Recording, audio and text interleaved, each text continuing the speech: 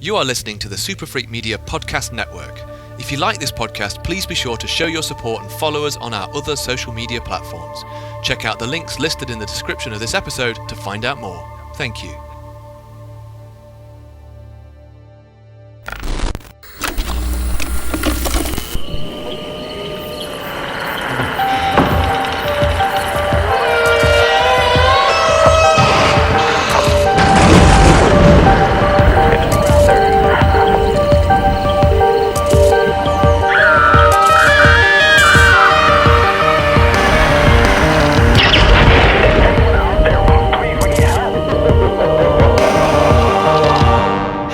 Guys and Ghouls, and welcome to this, the 17th episode of the No Ghouls Allowed podcast.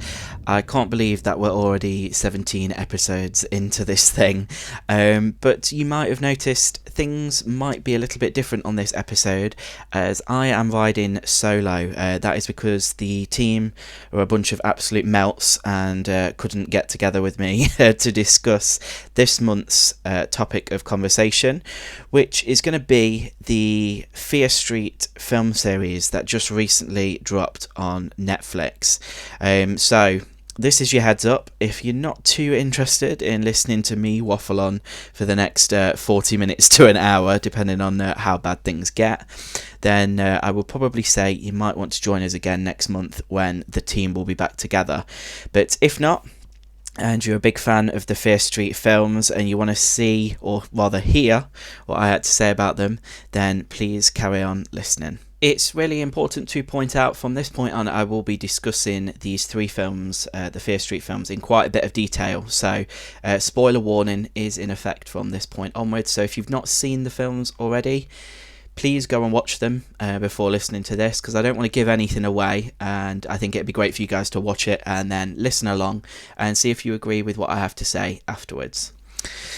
So this month we are talking about, as I said, the three films that recently dropped on Netflix that are a current adaptation of the Fear Street book series, which was written by R.L. Stine back in the early 90s. Now, I will preface this and say my experience with R.L. Stine primarily lies with the Goosebumps book series and his ventures and entries into the Point horror book series as well. So I think I kind of had the young horror with Goosebumps and then the teen horror with Point horror. Fear Street was a book series that I didn't really know too much about until more recently. I know when he kind of relaunched a couple of stories. I think in my research for this episode I found that surprisingly I think these stories were maybe more geared towards a female audience, or at least that's kind of what it seemed to suggest. A lot of the characters were obviously strong female characters. The artwork, even kind of down to the finer details, there was a lot of effort I think put in there to grab a female audience. So I don't know if that's maybe how I missed this book series, or in all honesty I don't think that the Fear Street book series was that big in the UK, nowhere near as much as Goosebumps. I know every World Book Day there'd be like kind of a stand for Goosebumps. I was really excited when I saw that this was going to be a thing on Netflix, and I was even more excited when I realised that we were going to be getting three films out of this. This was something that I've never really seen before, and I think is a completely new and unique idea, but one which I can't believe hasn't really been done much before, particularly obviously with kind of book series. I mean, when I think of successful book adaptations, things like Harry Potter, Twilight, that sort of thing, I don't know why it doesn't make sense for them to maybe film these things back to back and release them in a condensed way, but I'll get more into that in just a little bit. But just giving us an overview then of the three films. The three films are directed by Lee Gianiak, probably not saying that correctly, a female director who I'd actually seen some of her previous work. I'd seen a film called Honeymoon of hers that she directed back in 2014, but other than that, wasn't too aware of kind of what she'd done,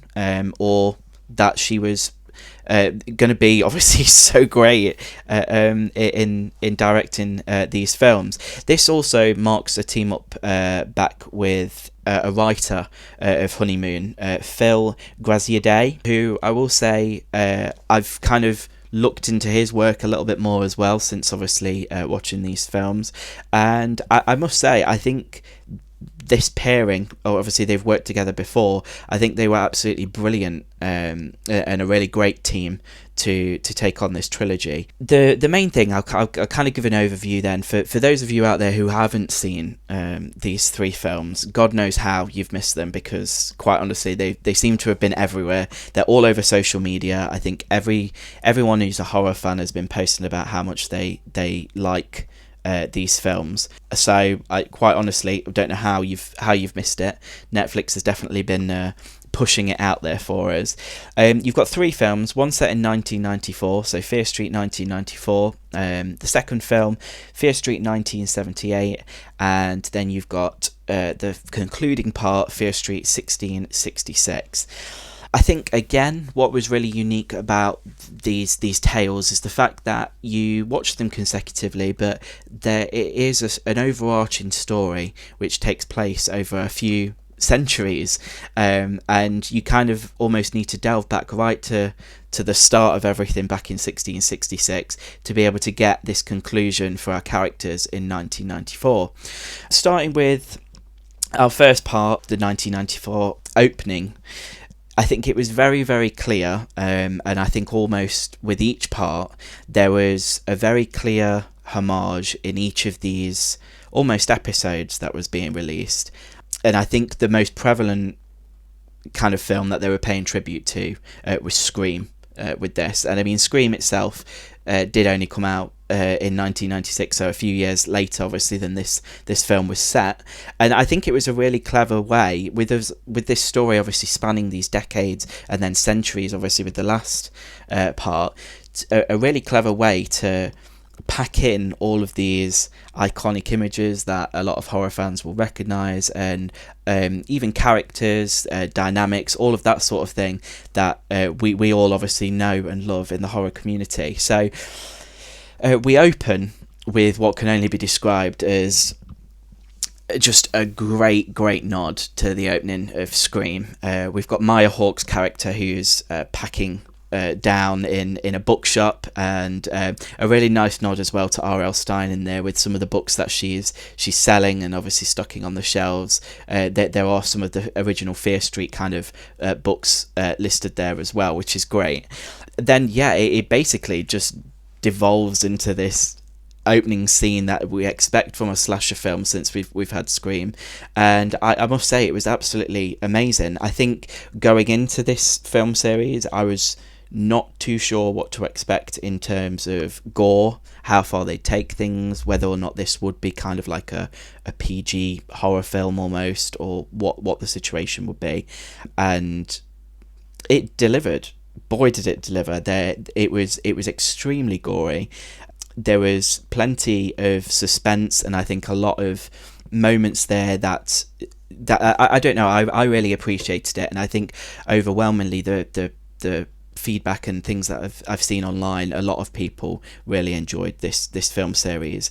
So once we've kind of got over this opening kill, and we realise that we've got a killer who we believe to be dead after the opening scene, we establish these two towns that are almost obviously opposing each other in terms of basically the way things are going. You've got Shadyside, where everything is going bad for these guys, and then you've got the other town where basically everything is going well and has been going well for decades.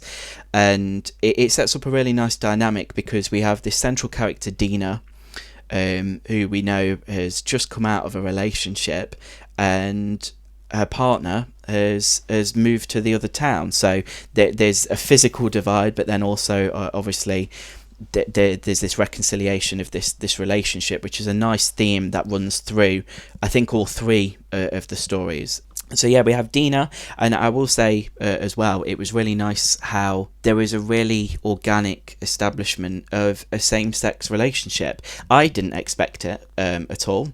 and I think that's been one of the talking points for this film series, is that the lead characters essentially are a lesbian couple, and that's not something that is too common in any genre, not just horror, but any kind of film series genre at all. So that was really refreshing. It was really nice to see, and I think it was done in a way that didn't feel forced and was somewhat unexpected.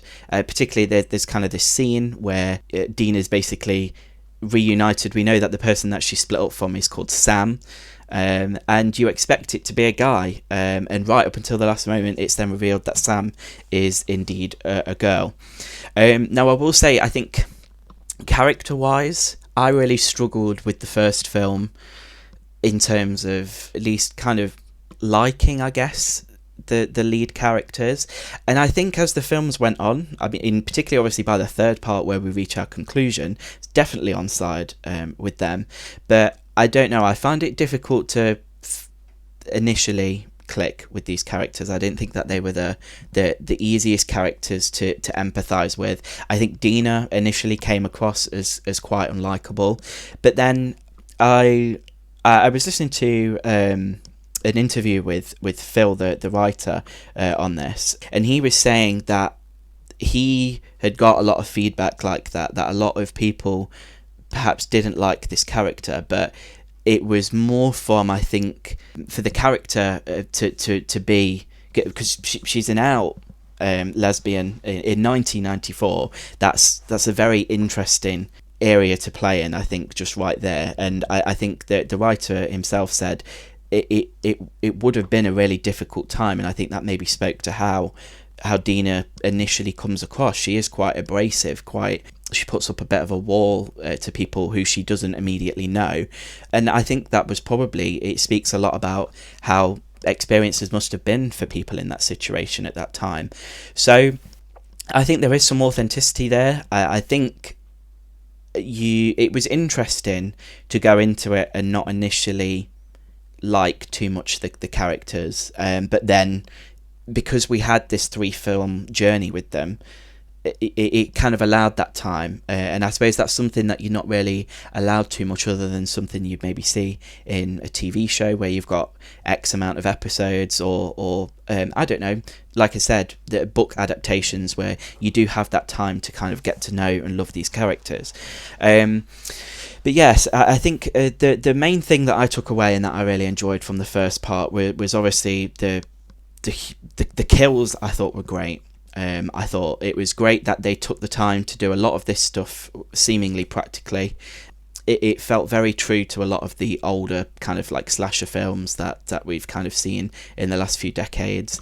I think as well, while I say that I didn't necessarily initially like the characters of Dina and Sam, who kind of form the centre of this story, Sam's essentially being hunted down by this group of historic serial killers who've all gone crazy throughout the last few decades in Shadyside, which again is a really, really interesting concept. I really, really liked the other kind of side characters. So Kate, Josh, Dina's brother, was great, and Simon. They kind of formed this ragtag group of outcasts who were thrown into this crazy situation and basically have to figure it out before they get killed. And I don't know, I thought it was a nice group of characters. There was no one who kind of fit the archetypes of what you'd expect. Everyone kind of had layers to them, and I will say, even though these characters were flawed, like for example Kate and Simon are kind of shown to be drug dealers, drug takers. It's not something that is conventional for obviously the heroes of a piece, but they came across as really likeable. And I think it was obvious when I kind of said we were going to talk about these films, there would be spoilers and things here, but ultimately the characters that you grow to love were the ones that then met their end in incredibly creative ways.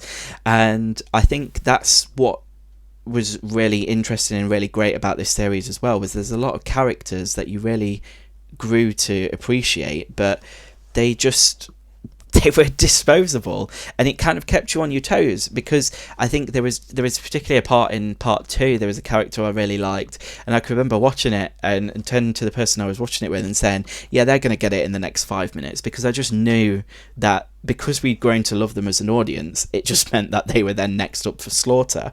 I think part 1, initially when I'd kind of watched it, I was a bit on the fence as to whether or not I enjoyed the fact that it was so on the nose with the references to Scream, and also the fact that I kind of left not really super loving the characters of Dina and Sam, who were ultimately our surviving characters, along with obviously Josh, but he kind of played a bit of more a side role, I think, in that first film.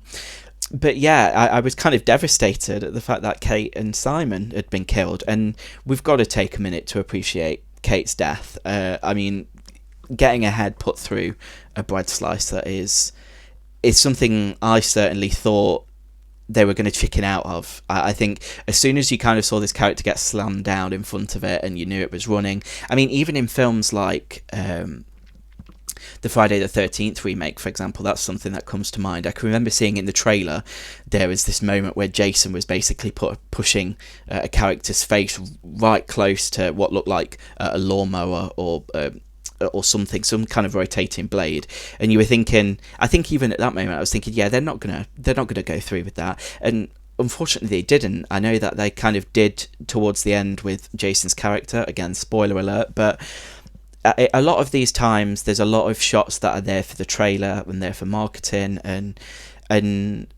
you never actually see them have the balls to take it there. And kudos to Lee, the director, for taking it there, because I thought it was an absolutely harrowing sequence. It really shocked me, and I can remember actually until that point there was a lot of gore in terms of things that you'd expect maybe from the Scream series and Scream TV series. It was kind of felt a bit teeny, I suppose, in terms of what you'd seen, but then bloody hell, when her head went through, I can remember just sitting forward and just going, oh my god, like they weren't messing around with it. And pretty much immediately after that, Simon gets an axe to the head. So again, these two characters who I really, really enjoyed were literally gone in like an instant.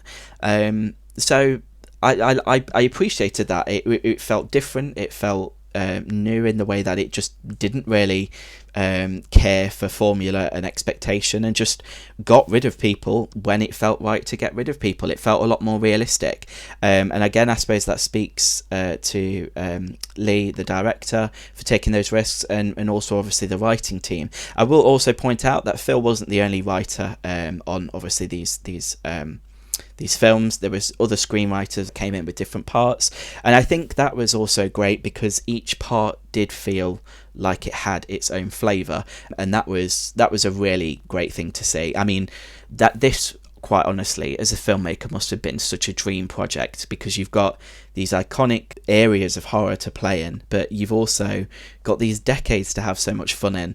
I think one of the main things that did bother me, just kind of wrapping things up for 1994, was the fact that we had to establish the 90s so hard with that soundtrack. And again, I think it's something I've seen a lot of people talk about online. It was hard to kind of get through some scenes because it was literally just becoming a bit of a jukebox montage, and I don't think that's always kind of the best thing. That was something that definitely continued on into part 2. Obviously part 3, I think you'd find it difficult to find some hits from 1666 to put on the soundtrack, but yeah, definitely in this first part I kind of felt like the main part of the budget had gone on the soundtrack, and the editing team had just gone, right, how many 90s grunge songs can we get in here? But I don't know, I wasn't super mad at it. It was just probably the only thing that really stuck out to me as being a bit too much in that first part. But again, it was I think it was a really, really great film, and it set the rest of the series up really nicely, and I think it got a lot of us excited for what was to come next.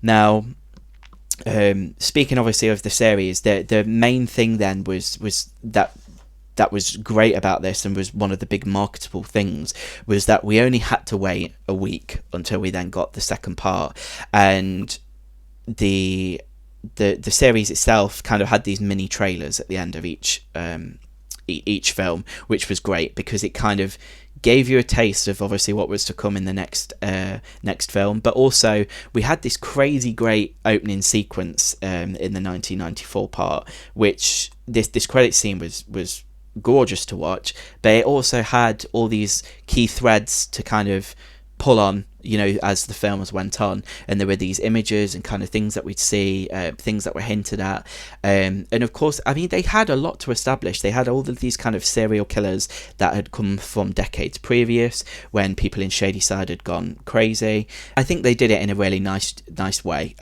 It wasn't how the opening sequence to Suicide Squad was, where they kind of basically just did this crazy editing sequence for like 20 minutes just to go exposition, this is who these characters are and these are what they can do. So I think they tackled that in a really nice way, just giving us enough, but it meant that we were excited then to find out more when we went into part 2. Now I think it was unique as well that as the parts progressed, we were going back in time, but it was all leading to around this obviously story that we had kind of been set up in 1994 of this witch called Sarah Fear, who essentially had been hanged, and as we were to believe it, had cut off her hand and sold her soul to the devil to basically haunt the people of Shadyside and never let them escape her grasp, which was the foundation of this story. So we knew that at the end of 1994, Dina's other half, Sam, had kind of succumbed to the witch's possession, and was essentially turning into a murderer herself. So this set us on this journey for us to go back through time and go back to one of the previous massacres, which was at Camp Nightwing back in 1978. So as we start the second film, we're introduced to this summer camp in the fashion that you'd expect, and it was, I think, in many ways, this was one of my favourite parts, if not my favourite part of the film series, because of the way that it just conjured up all these images of films that I know and love. I mean, as I said with part 1, 1994, we had a huge, clear homage to Scream and kind of those slasher films of the 90s. This was a clear stab at things like Friday the 13th, Sleepaway Camp, those sorts of things where you recognise this iconography and these characters and all of that stuff. So whilst I think they broke the mould and some boundaries with the 90s part, this was very much setting up things that were typical in terms of camp counselors, the dynamics there. There's a lot of weed smoking, sex, all of that sort of stuff, and it's, I suppose, for horror fans, this is what we expected and we lap up. What was unique, I suppose, about this part was we kind of had this central story with two sisters. We had Ziggy Berman and Cindy Berman, and we had been introduced to this character just known as C. Berman at the end of 1994, who had survived the massacre at Camp Nightwing. So we knew ultimately, obviously, shit was going to hit the fan at some point, and but we didn't know obviously exactly what was going to go on and who was involved. Now I think it was nice to see Sadie Sink was cast in this as Ziggy Berman. I'm a huge Stranger Things fan, and I think the show itself drew a lot of parallels with Stranger Things. Obviously you've got a lot of the dynamics with the teen cast, the mall, for example, all of this stuff, even kind of like the slimy pit monster that we kind of get to meet in this part in 78 made me think of the Mind Flayer from Stranger Things. But I don't know, I think the series wasn't trying to reinvent the wheel in any way. I think it was kind of hitting all of these points that a lot of us appreciate, and I don't know, I found it hard to be mad at it, even though it didn't really offer too much in the way of originality. I think it was good that it kind of hit all these points, but did it in a kind of like a cheeky nod to a lot of these films that it was referencing. Ultimately, then this part focuses primarily, as I said, on these two characters, Ziggy and Cindy. Ziggy kind of being this tomboy rebel at this camp, who's there with her sister Cindy, who's trying to ultimately fit in, kind of shed this stigma that surrounds her because she's from Shadyside. She's there with a bunch of her friends as a camp counselor. The nurse on camp goes a bit crazy and attacks her boyfriend Tommy and says, look, whatever happens, you're going to be dead by the end of tonight, so I basically need to get there first. So it sets up this interesting question as to, well, what does she know, what's kind of been going on? And as the plot progresses, we realise that she was indeed the mother of one of the previous killers that we've seen in part 1 with the switchblade, and she was essentially trying to prevent this from happening again. Now, that kind of leads the group on this quest to kind of find out a bit more about what she was on with and what she knew about. And again, we're kind of dangled with this carrot of this story of Sarah Fear and whether or not she's to blame for everything that's going on with Shadyside, and maybe what could be happening at Camp Nightwing if they're not too careful. Essentially, everything dissolves into madness, as you'd expect, and Tommy becomes possessed and turns into the axe-wielding serial killer of Camp Nightwing.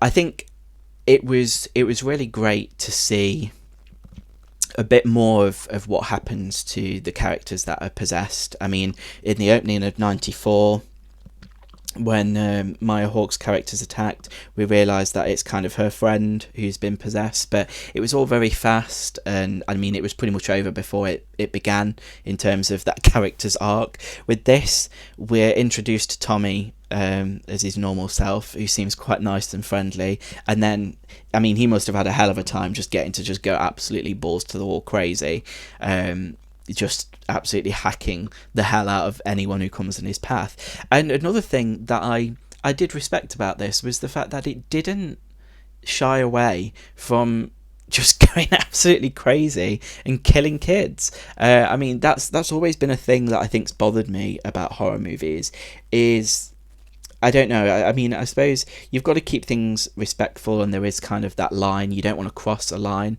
and I don't think anything should be done gratuitously or for the sake of it. But if it serves the story, I mean, unfortunately, the way the world is that bad things can happen to good people, and that can include younger people sometimes. And I don't think it would have been believable if all of these kids had escaped this summer camp. So I respected them for the fact that they went there with it, and they were not afraid to hack up some kids at this camp. The gore, again, was absolutely on point in terms of kills. It did none of this stuff where the camera would pan away and then there'd be a blood splatter on the wall. We got to see everything in absolutely graphic detail. And again, the incredibly creative kills as well, to say that this guy was wielding an axe. There was some great things going on there. So for those gore hounds and horror hounds out there, I think it didn't disappoint, which was good. Again, I suppose this kind of leads to where I was a bit kind of, I got a bit annoyed, but I suppose it's in a good way, was the fact that the characters I was caring about kind of had this feeling, and like I said before, I as soon as I kind of realised I like these characters, I was like, yeah, they're going to be dead in 5 minutes. And I think that it was mainly the characters of Cindy and Alice. You didn't really like Alice too much at the start of the film, but then as it kind of went on and Cindy and Alice are trapped in this underground cavern together, trying to find their way out, it's you grew to love them as a pair. And can we just talk for a minute as well about Cindy, who was played by Emily Rudd? She eerily, to me, looked like a young Heather Langenkamp from Nightmare on Elm Street. Like, it was absolutely uncanny sometimes how similar those two looked in terms of hair, like facial features, everything. It was just, yeah, it was mad. I couldn't help shake it as I was kind of watching it. I was just thinking to myself more and more, like, if we have to do like a Nightmare on Elm Street reboot, or we need flashbacks at any point, like, please cast this girl, because she looks absolutely the same. Like, it was unreal. But yeah, like I said, with characters and things like that, it was hard to know that these characters that you cared about were ultimately gonna perish. And I mean, I suppose we kind of went into it knowing that there was really this sole survivor, this C. Berman, who had survived this massacre from Shadyside. So I suppose expectations, you kind of knew that these people were gonna get the chop, but you didn't know quite how brutal it was going to be. As well, I want to give a special shout out to Drew Scheid, who was played the character of Gary in this film. Now, he was completely side character, but I want to say this guy is popping up in a lot of stuff that I love, and his career is just like, it must be a dream for the projects that he's involved in. You might recognise him. He was in Stranger Things series 2. He was just a kind of an extra at one of the parties there. But he also featured quite prominently in the Halloween 2018 film as well, and had a great death when he gets impaled through the chin on a gate by Michael Myers. So yeah, he's literally living the dream, like hopping from Stranger Things to Halloween to this project now. And I will say his death was absolutely amazing as well in this. Full decapitation with the axe, and then his body falls down this hole. It's just, yeah, it was crazy. I know it was one of those moments that a lot of horror geeks were going to geek out over and enjoy. So I don't really know from experience with the book series whether or not this was something that was, I don't know if they were that gory or if this was just something unique for this film series. But I was just really happy that they took it there and they went there with it. And honestly, I think it needed it. For if you're going to do a part in 78 that's going to be so heavily influenced by the likes of Friday the 13th and Jason, then you need to go there with the kills, and you need to keep that horror audience hungry for more. And I think they did that really, really well. As I said, I think this was probably my favourite part overall. I think there were certain aspects of part 1 and 3 that I really, really enjoyed, but I think as a whole, as a film, part 2 was my favourite in kind of story, everything, the way everything was kind of presented to us. This was the crucial part of the story, where we found out a lot more about Sarah Fear, her backstory. We found kind of like this ritualistic chamber, and we found obviously the stones where the people who were going to become these killers, their names were carved into the stone, and that's ultimately what sealed the deal for a lot of these guys. And I think it was really nicely done, and again speaks volumes for the project that was so unique in its approach. If you had just one film to do all of this, you would have really struggled. It's again credit to the director and writers involved for pacing this perfectly, because we were drip fed just enough information that each part felt warranted, but also that we were learning with these characters what obviously was kind of initially a bit of an urban myth to these guys, but ultimately would then become kind of a life and death situation. And I think what was really good about this part was the fact that they got so close to doing what they thought would ultimately undo all of this evil that had overtaken Shadyside and cursed them at the end of part 2.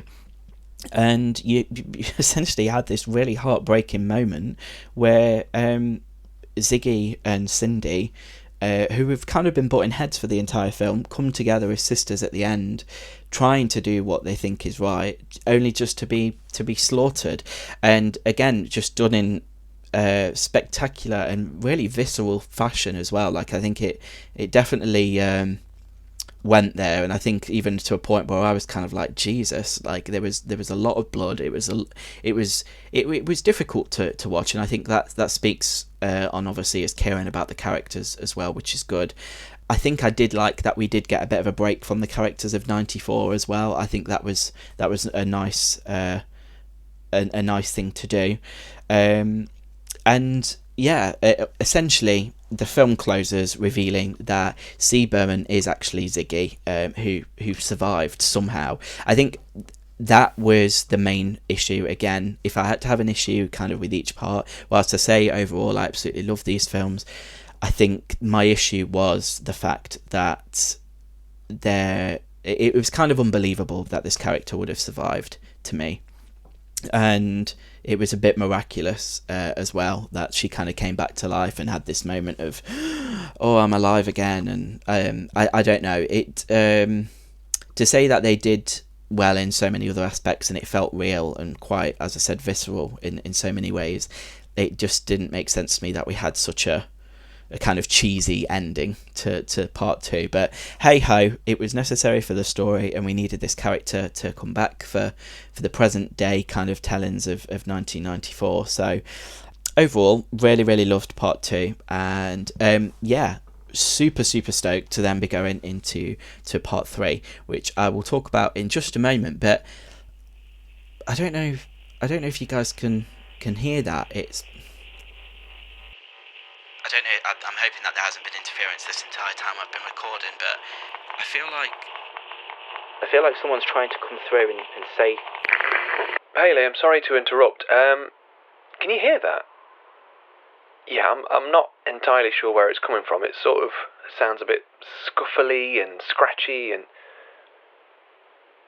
Yeah, it sounds like it's coming from over there. You know, sort of, no, more towards the edge, you know, towards the corner. That's right, it's Nicolas Cage, he's back. It's Cage Corner. And this month, I'm afraid, it's a little bit of a yin and a yang situation, the good and the bad. We'll start with the bad first.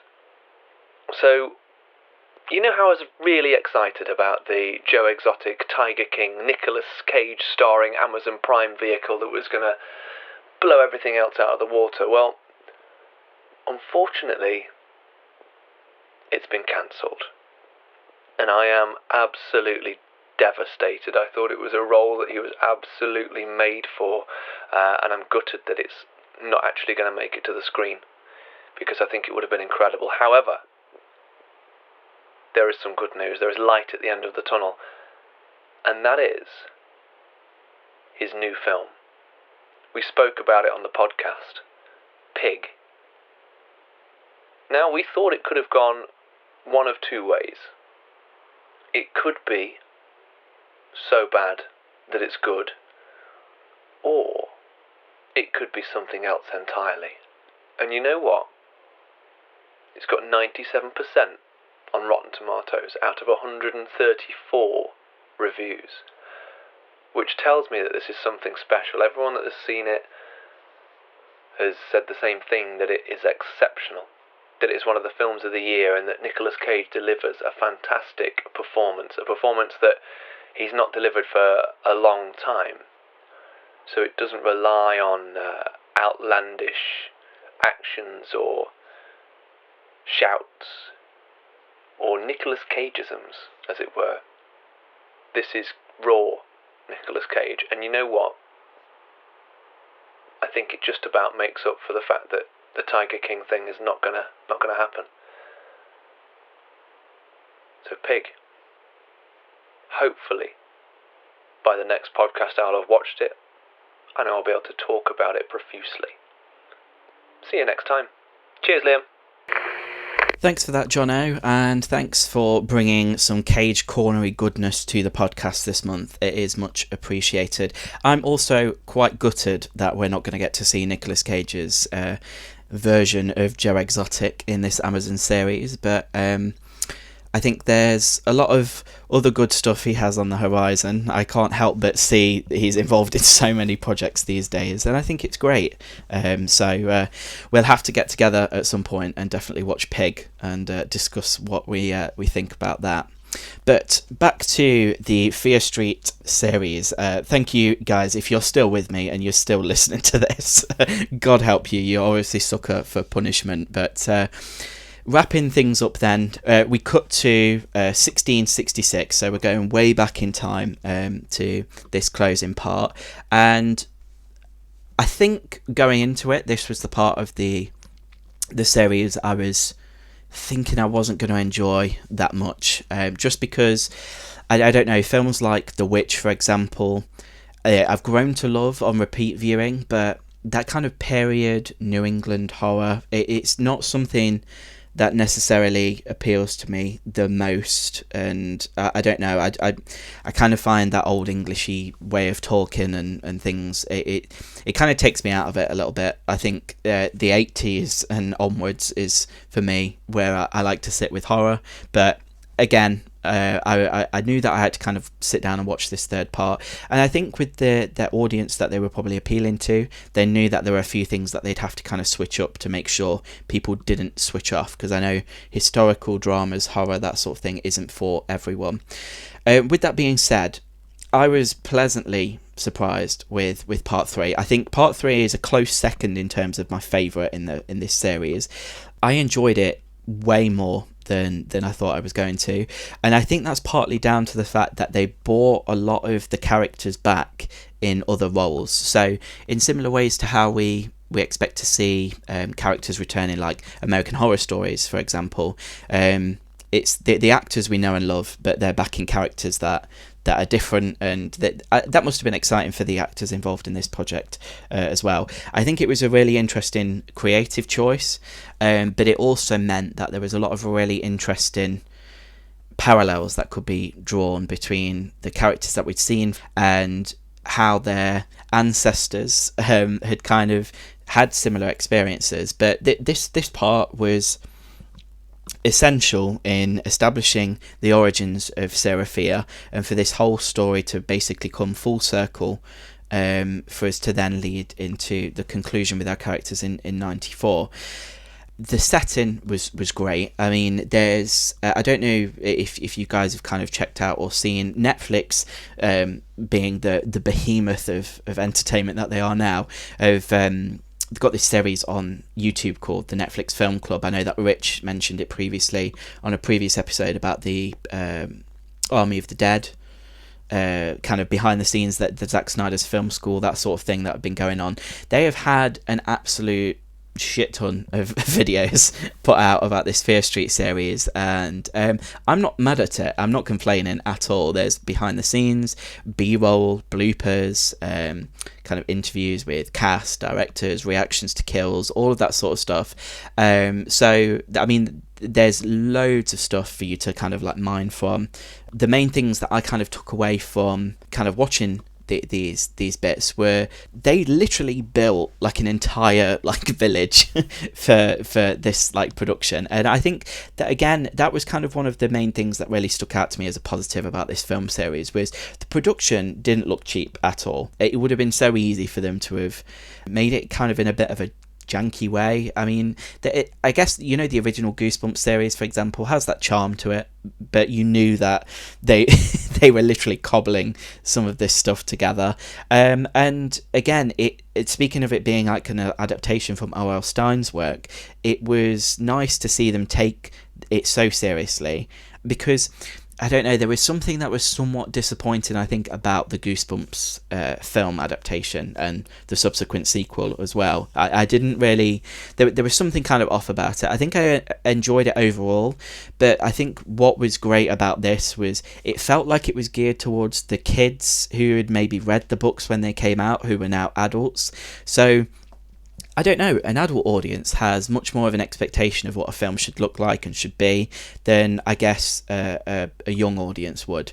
I think there's a few corners you can cut there, and I think that's maybe what we've had with previous adaptations of R.L. Stein's work, but no, we didn't have it with this at all. I thought it all looked great. The period costuming, production design, everything was absolutely amazing.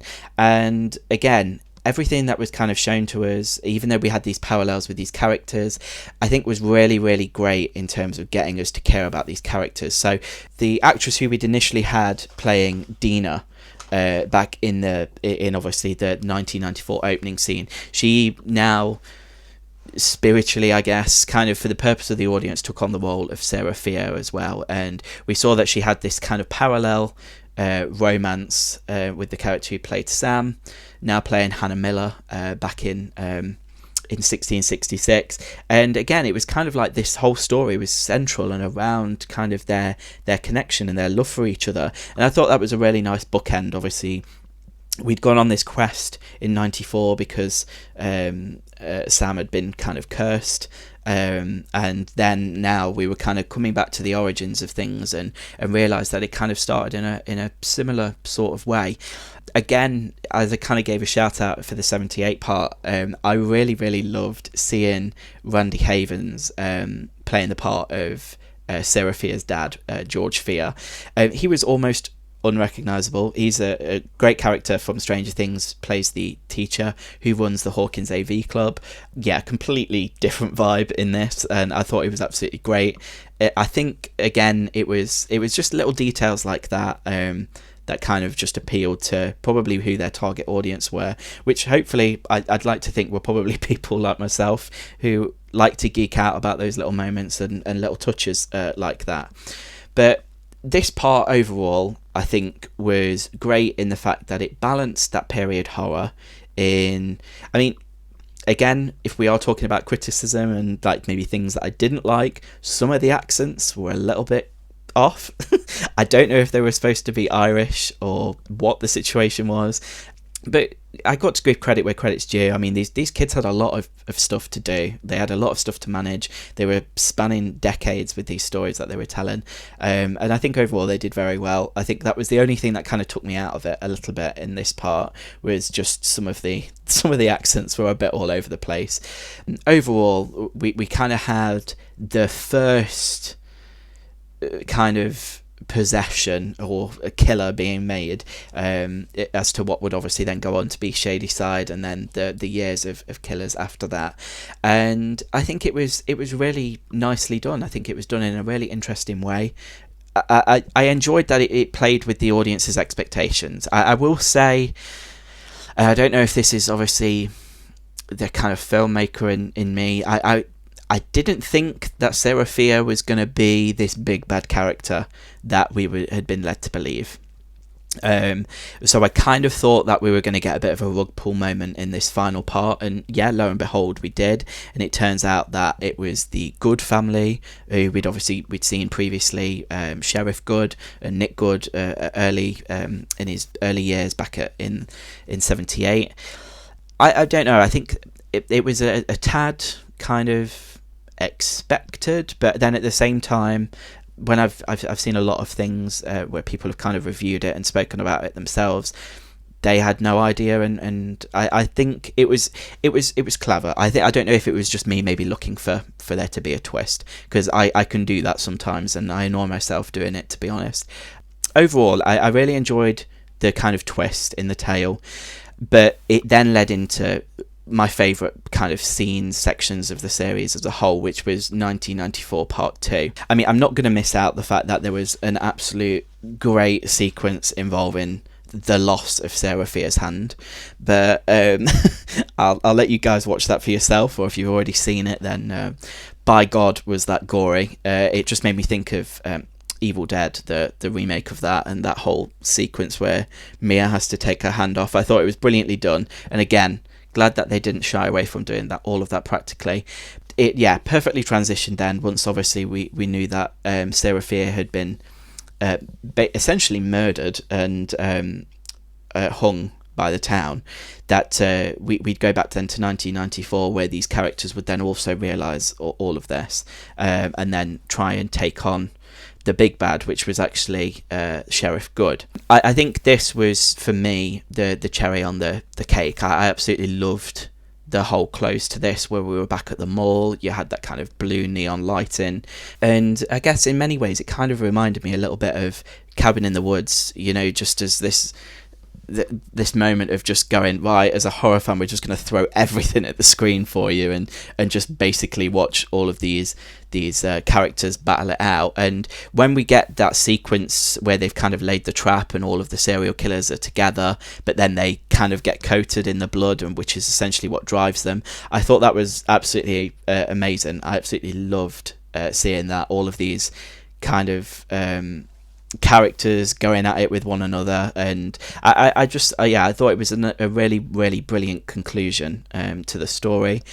I don't think they could have done it any better, to be honest. I left that film and that series and absolutely loved what they'd done with it.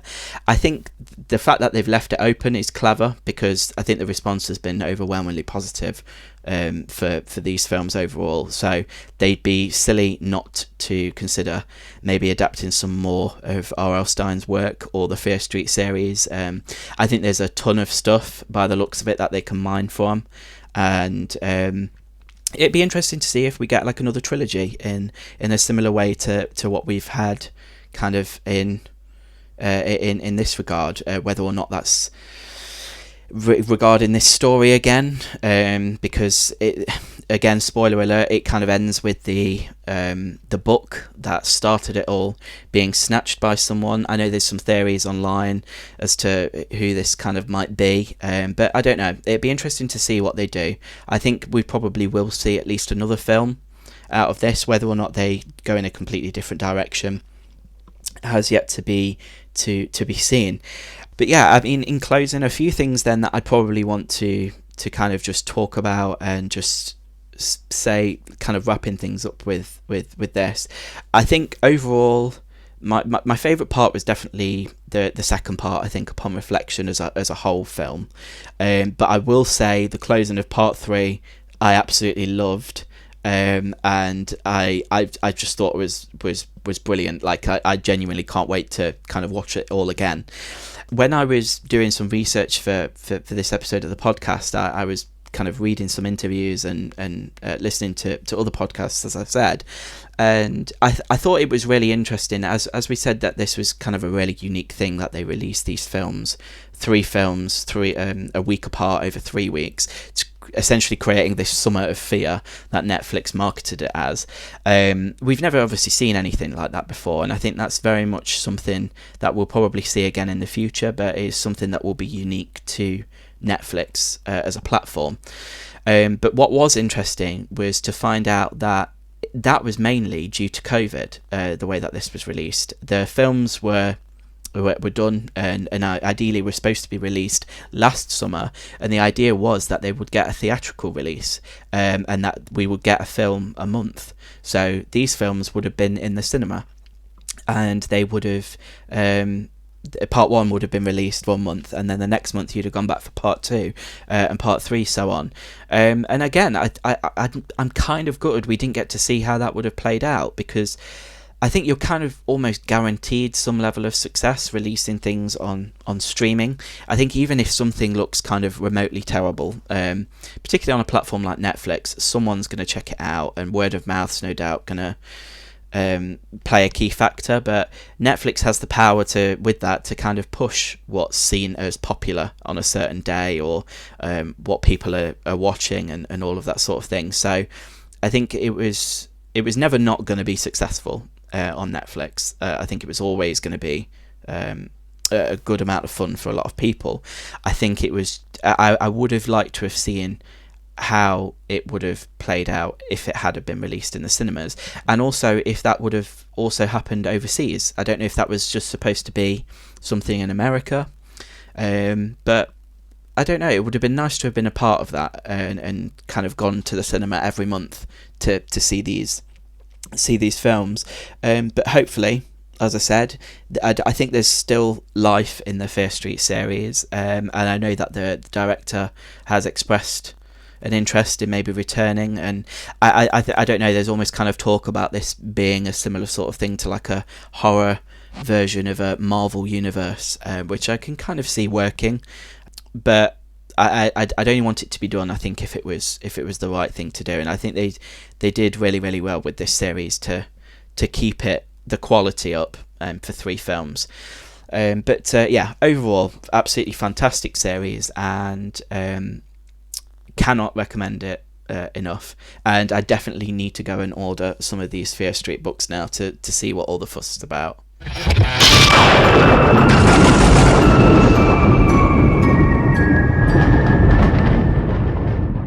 Okay, so we've come to the foreign bodies part of the podcast, and with this podcast episode being a unique one, with that it's only me babbling on for however long, I'm gonna give you two choices this month. Now, the reason I've done this is because these are two films that I've recently watched, but they're not entirely purely another language, so you'll see as I kind of explain each one that I would also probably say that they're horror adjacent films as well, which is a bit of a unique thing as well for our choices on here.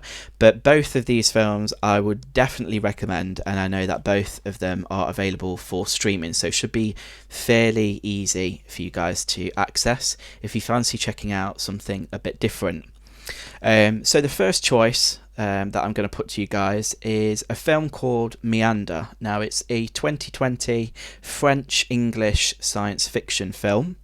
It has only just been released, though. It was released in France back in May of this year, and as I said, recently come to streaming platforms, and I'd kind of seen this buzz building about it. It was supposed to be fairly low budget, a bit of an indie kind of hit, but supposedly done really, really, really well. I don't want to kind of give too much away, because I think, although I've kind of spoiled other films that we've spoken about, I think this is definitely a film you want to go in blind and experience for yourself.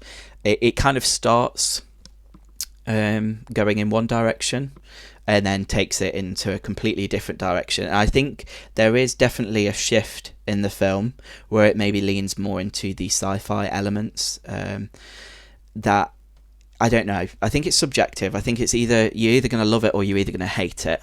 Personally, I found it a little bit silly at first, but then once I'd kind of calmed down a bit and then watched it, I couldn't help but kind of understand and love it and appreciate it and think, wow, this is actually a really great film. I will say as well, being someone who is extremely claustrophobic, this film had some of the most intense claustrophobic scenes I've ever seen. And I mean, I've watched things like Alexander Ajor's recent film Oxygen, you had Buried, obviously The Descent. All of these films kind of conjure up these images of just people being stuck, but this film, geez Louise, did it take it to places that were just incredibly intense, but it was all part of the experience, and I would implore you to definitely check it out. It stars Gaia Wise as a character of Lisa, and I mean, pretty much it's a one-woman show, this film. It's extremely limited locations, and I mean, if she wasn't as strong as she is in that film, I don't think it would have worked. So she carries it. Definitely credit to her. Credit to the director as well, Matthew Turi. I think overall, really, really fantastic little film. And when I've recommended it to other people and they've watched it, they've really enjoyed it too, even with, as I said, some of the sillier or maybe different elements that come into play as we kind of hit the third act. As I said earlier, this is going to be a double feature, a double special for you guys. The other film that I would recommend to watch as part of the Foreign Bodies segment would be Blood Red Sky. That's just been released on Netflix. It's a German-English film, so as I said, both of these films, not all kind of either French or not either all German. There are some English-speaking characters and dialogue in there. The only criticism I would have about this film is, again, it lies with Netflix really, is about the marketing, because I think a lot is given away even by the kind of the thumbnail that they put up on Netflix to say watch this movie. And I think if you went into it blind and not knowing that it was going to be a certain kind of film, you'd probably, there'd just be a whole other layer of enjoyment to it.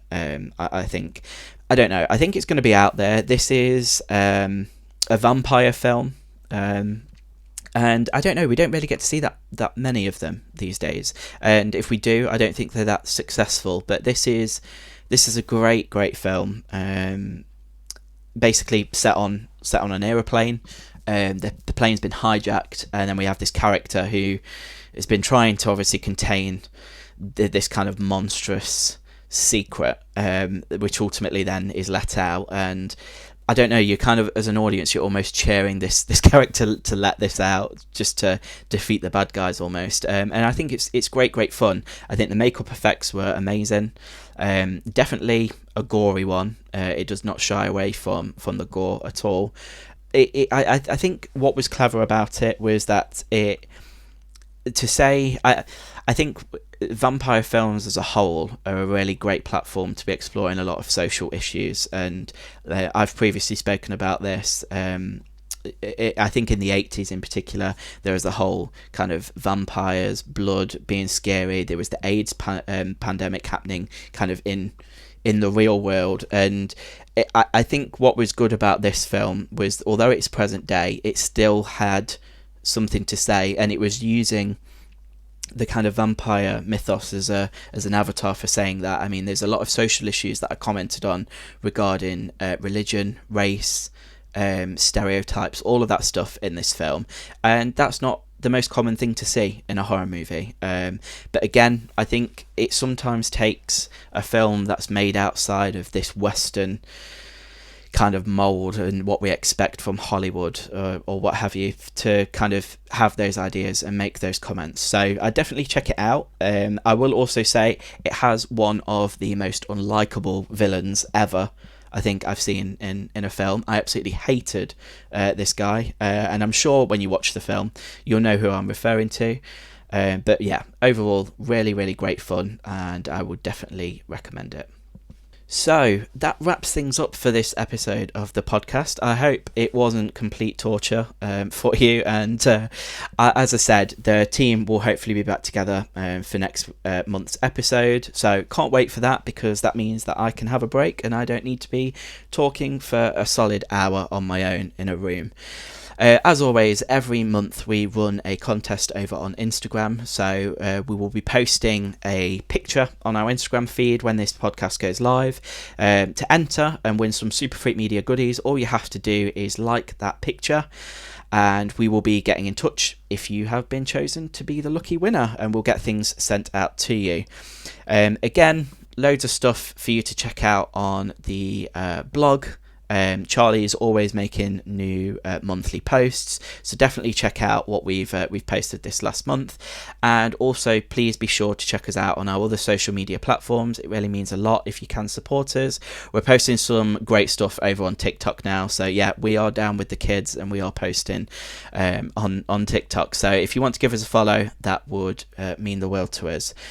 But for now, as always, keep it creepy, and we'll see you on the other side.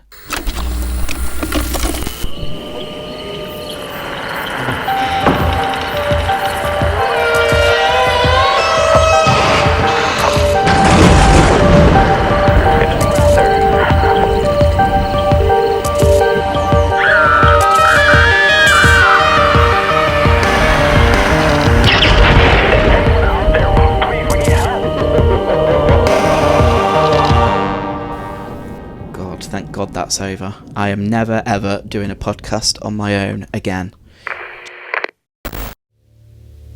You've been listening to a podcast on the Super Freak Media Podcast Network. To show your support, be sure to subscribe on whatever platform you're listening on. And you can find us on social media in the links in the description of this episode.